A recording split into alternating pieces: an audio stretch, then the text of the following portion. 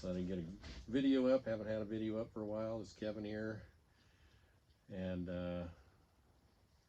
got a different project going on. I got lots of projects, but this one is off-grid.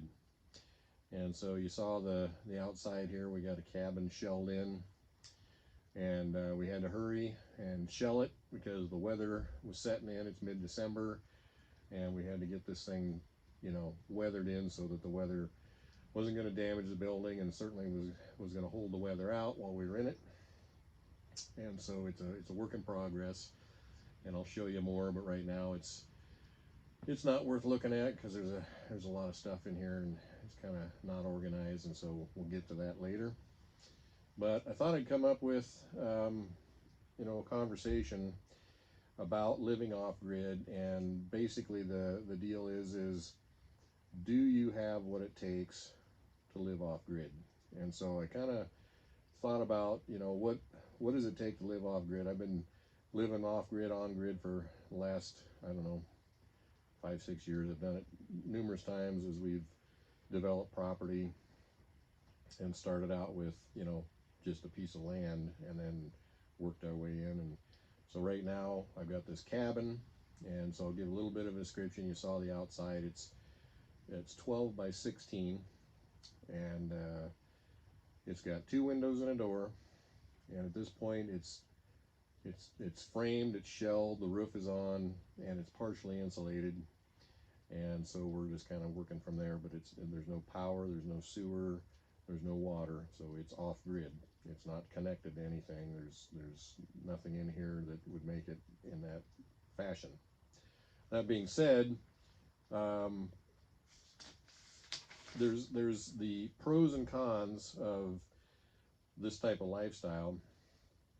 And if you're, you know, there seems to be a lot of interest in this, you know, being on the internet and seeing what people are doing. And what I notice is people that are doing any kind of social media, like YouTube, like this, and they're doing some kind of an off-grid depiction of life. There's a lot of people that are interested in that, and I think there's a lot of romance in people's minds. You know, if you go on social media, people put up pictures of little cabins out in the middle of the woods with a stream or whatever, and they say, you know, would you live here without internet, without phone for 30 days or 60 days or 90 days? And, you know, if you did, you could have $100,000. Would you do it? And of course, everybody thinks it's a great idea, and you know, I don't know if those people have ever actually done anything like that, have disconnected from, you know, the rest of the world, so to speak, in isolation, and spent some time with their self. And so what I came up with was a short list of things. I think the bigger questions, if you will, that if you were going to live off grid, would you know, these would be the things that you would have to navigate. And so the sort of a top 10, top 12 sort of thing. And so I'm going to run them off to you, and you guys can comment and let me know, you know, where you're at on that, whether you think that's something you could do.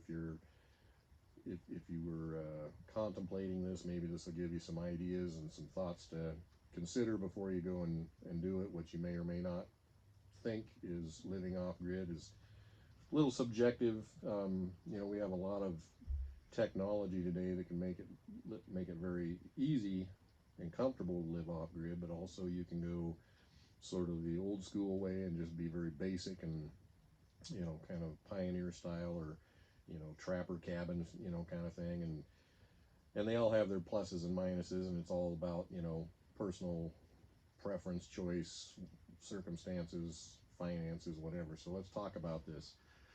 First things first, can you live without a flush toilet? Now that's probably going to cut a significant portion of people right out of the get-go, if they thought that they couldn't have a flush toilet. They, you know, so living off grid, obviously we don't always necessarily have sewer. Sewer can be an off-grid thing, but you know, you got to be able to install that, and you know, there's a cost involved. And so if you're really wanting to get out there and get going, if you can forego that, then you can, you know, deal with maybe an outhouse or some sort of a little composting toilet affair that you can have inside the cabin or shelter, whatever you want to, consider.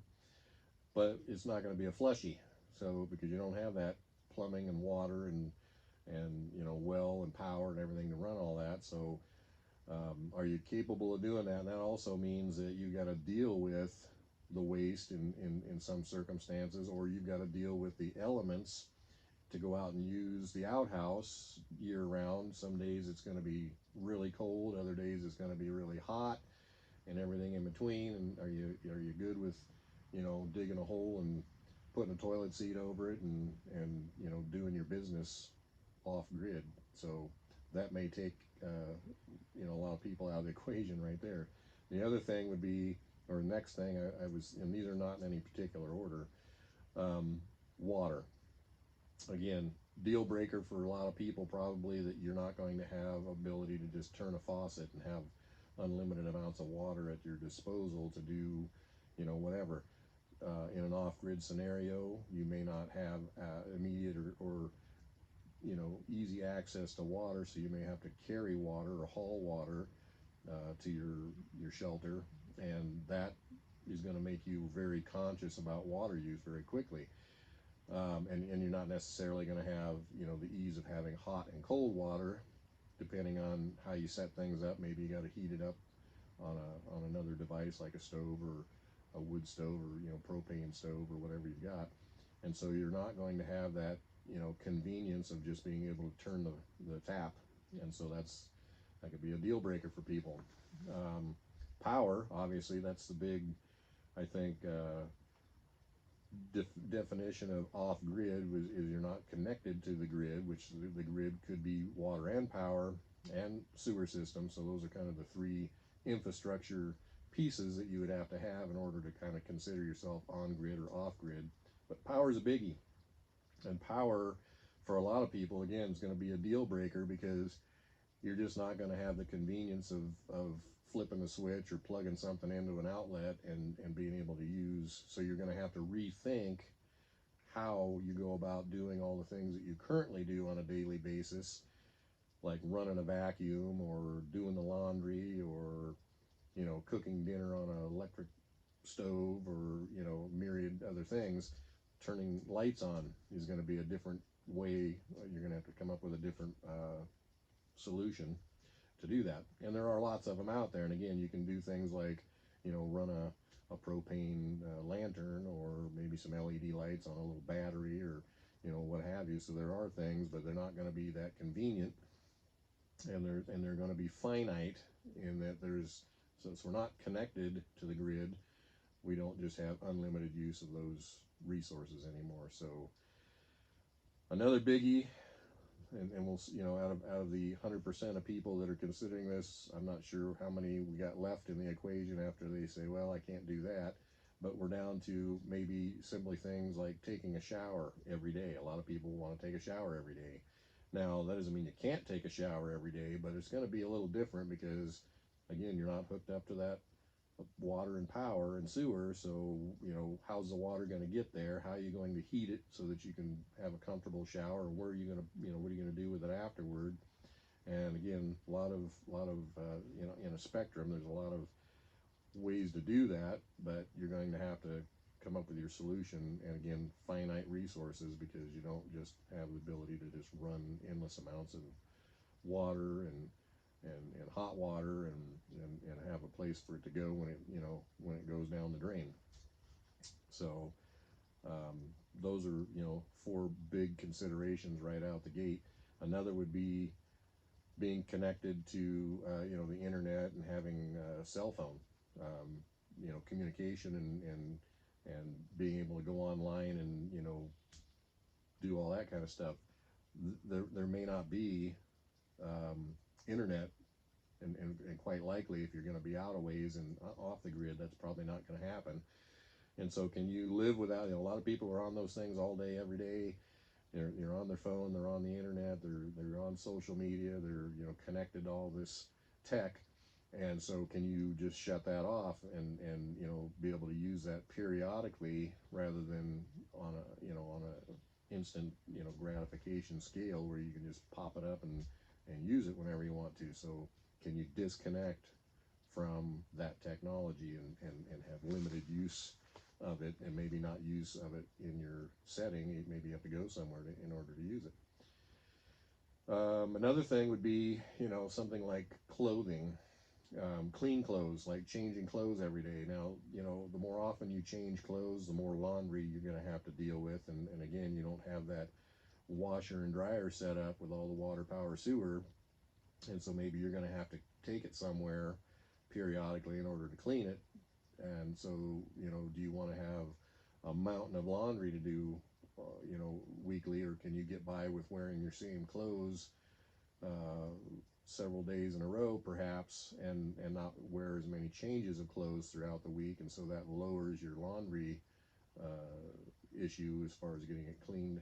And maybe you can go in every couple of weeks and do laundry, and not have to constantly be dealing with clothing. And again, in a small space, finite space again. So that's a consideration. A lot of people that live off grid, they're wearing their same jeans over and over, the same shirts over and over, so that they don't have to go through that process to the extent that they would if they were conveniently located next to a washer and dryer. So the other thing that you have to consider, and for a lot of people this might again be another deal breaker, and that's isolation. If you're going to live off grid, you're probably going to be living out away from the city or the town, or a neighborhood, or in a setting where there's going to be a lot of people around. You're probably going to be away from people and have few, if any, around you. And so is that something that you can be okay with? Something that are you tolerating that, or are you embracing that? Is that something that you feel like, hey, this is great, I don't have to be around people, I like it, I'm quiet, it's quiet, I get to kind of be to myself?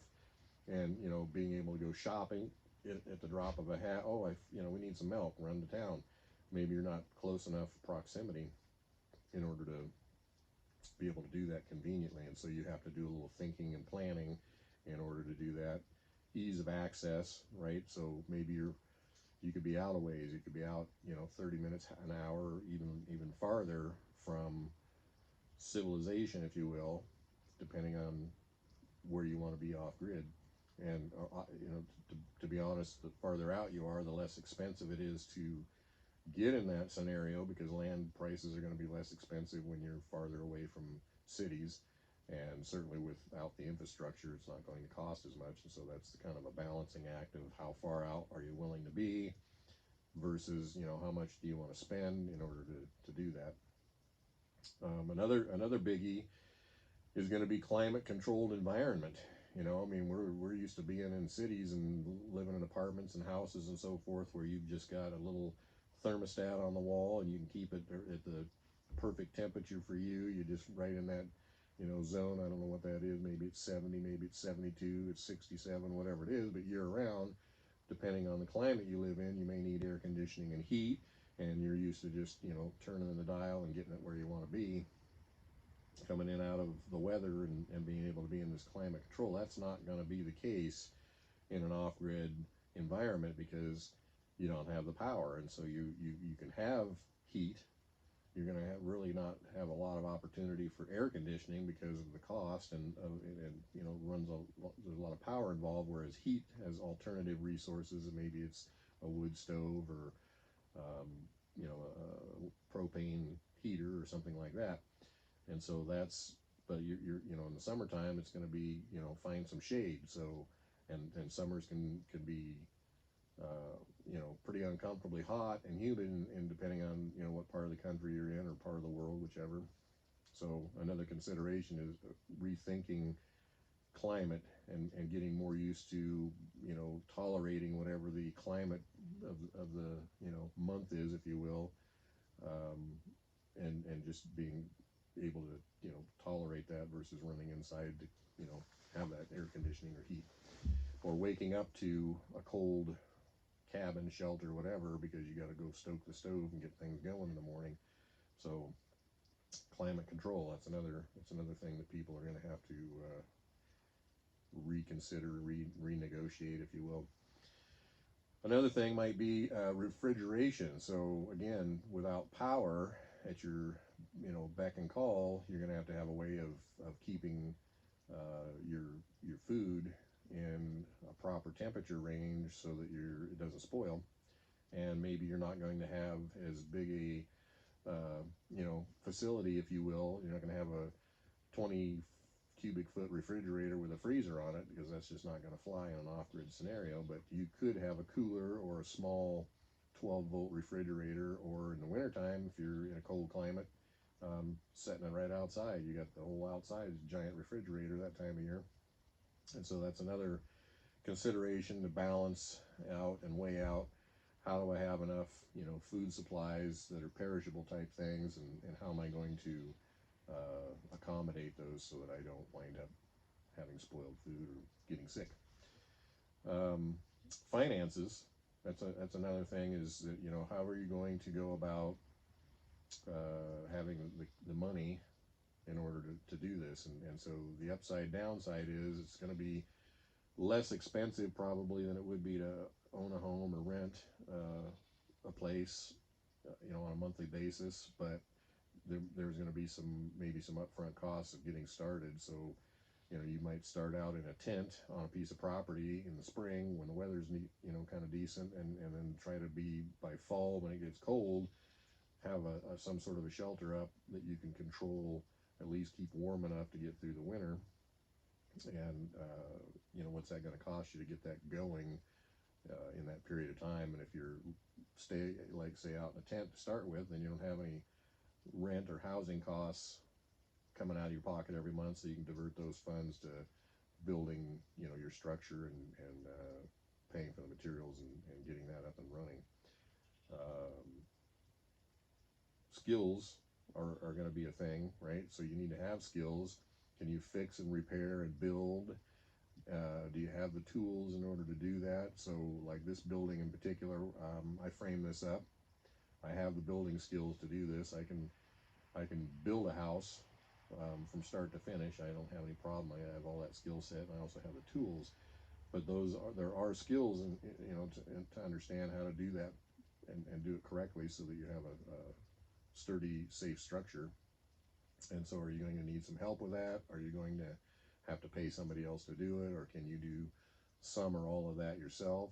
And do you have the tools or access to the tools to do that? Now, the nice thing is, if you do, then if you've built it, then you can probably maintain it, because you already know how to do that. And so maintaining that going forward be cost savings if you can do it yourself. And the other thing is just simply, limited resources. You're going to not have the convenience of living in a city environment with all the, things at your fingertip, or short distance from wherever you're at to get to it. You're not going to just be able to run to the store, the hardware store, the whatever. And then your finite resources of your water and your power and your sewer, if you're going to do that.